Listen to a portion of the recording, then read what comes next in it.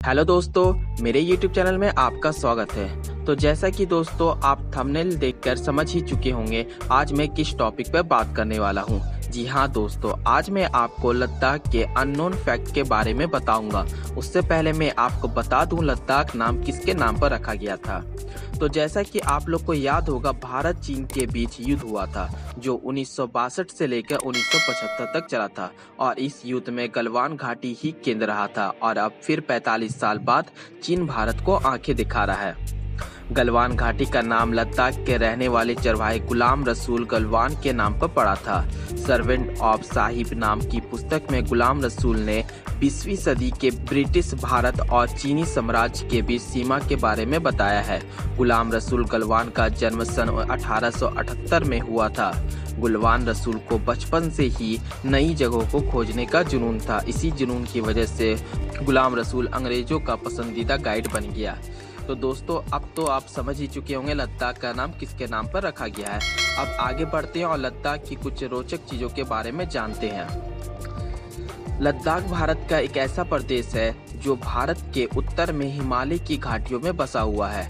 अपनी प्राकृतिक और बर्फीले वादियों के कारण ये पर्वतारोहियों और रोमांच प्रेमी व्यक्तियों के लिए एक बढ़िया जगह है। लद्दाख भारत का सबसे ऊंचाई पर बसा हुआ शहर है जो सुरु और जंसकार घाटी से मिलकर बना हुआ है। लद्दाख में स्थित वैली ब्रिज विश्व में सबसे अधिक ऊंचाई पर स्थित पुल है जो समुद्र तल से 5602 मीटर की ऊंचाई पर स्थित है। इस पुल को 1982 में भारतीय सेना ने बनवाया था। लद्दाख भारत का एकमात्र ऐसा स्थान है जहां आपको 2 कुबड़ वाले ऊंट देखने को मिल जाएंगे जो आपको भारत में और कहीं देखने को नहीं मिलेंगे। ये ऑस्ट्रेलिया में अधिक संख्या में है, जबकि ये लद्दाख की नुब्रा घाटी का मुख्य आकर्षण है।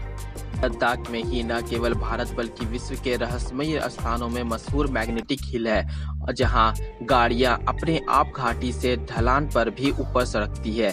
ये जगह लेह कारगिल श्रीनगर राष्ट्रीय राजमार्ग पर लेह से 30 किलोमीटर की दूरी पर समुद्र तल से 11,000 फीट की ऊंचाई पर स्थित है। लद्दाख कश्मीर प्रदेश का सबसे अधिक ऊंचाई वाला इलाका है जो 3000 मीटर ऊंचाई पर फैला हुआ है। लद्दाख की पनगोग झील विश्व में सबसे अधिक ऊंचाई पर स्थित खारे पानी की झील है। ये 4350 मीटर की ऊंचाई पर स्थित है। सर्दियों में ये झील खारा पानी होने के बावजूद जम जाती है। आपने इस झील के दृश्य आमिर खान की मशहूर फिल्म 3 इडियट के आखिर में देखे होंगे। लद्दाख में आधे से ज्यादा शिया मुस्लिम रहते हैं, जबकि बाकी बची आबादी में बौद्ध धर्म को मानने वाले लोग निवास करते हैं। जंसकार नदी लद्दाख की मुख्य नदी है जो सर्दियों में जम जाती है और इसकी वजह से पूरी जमी हुई नदी चादर ट्रैक के नाम से जानी जाती है, जिस पर से लोग गुजरते हैं। उन स्थानों में से एक है जहां हीट स्ट्रोक और फास्ट बाइट दोनों आपको एक साथ हो सकते हैं, क्योंकि लद्दाख में गर्मियों में तापमान 3 से 35 डिग्री तक रहता है, जबकि सर्दियों में तापमान 0 से 20 या 25 डिग्री तक पहुंच जाता है। अधिक ऊंचाई पर होने के कारण हिमालय के रेन शैडो मानसून को लद्दाख में आने से रोकते हैं और मुश्किल से बारिश हो पाती है। इसलिए इसे बर्फीले रेगिस्तान कहते हैं जहां पानी का मुख्य स्रोत बर्फबारी से जमा किया हुआ जल है। भर के 7000 हिम तेंदुओं में से 200 हिम तेंदुए का घर लद्दाख है। इसकी वजह से वाइल्ड फोटोग्राफ अक्सर यहाँ हिम तेंदुओं का चित्र लेने के लिए यहाँ आते हैं। लद्दाख का मुख्य खेल आइस हॉकी है जो यहाँ पर प्राकृतिक बर्फ पर खेली जाती है, जो दिसंबर से फरवरी के बीच में बर्फबारी के दौरान जमा होती है। लद्दाख जाने के 2 मार्ग है, जिसमें एक श्रीनगर मार्ग जो पारंपरिक मार्ग है और वर्षों से लद्दाख जाने का यही मार्ग रहा है। दूसरी मनाली लेह राजमार्ग है जो ऊंचाई पर बना एक नया मार्ग है। इस मार्ग पर केवल मई से सितंबर के बीच जाया जा सकता है। बाकी समय में ये मार्ग बर्फ से ढका रहता है, लेकिन इस मार्ग में कम समय में लद्दाख पहुंचा जा सकता है।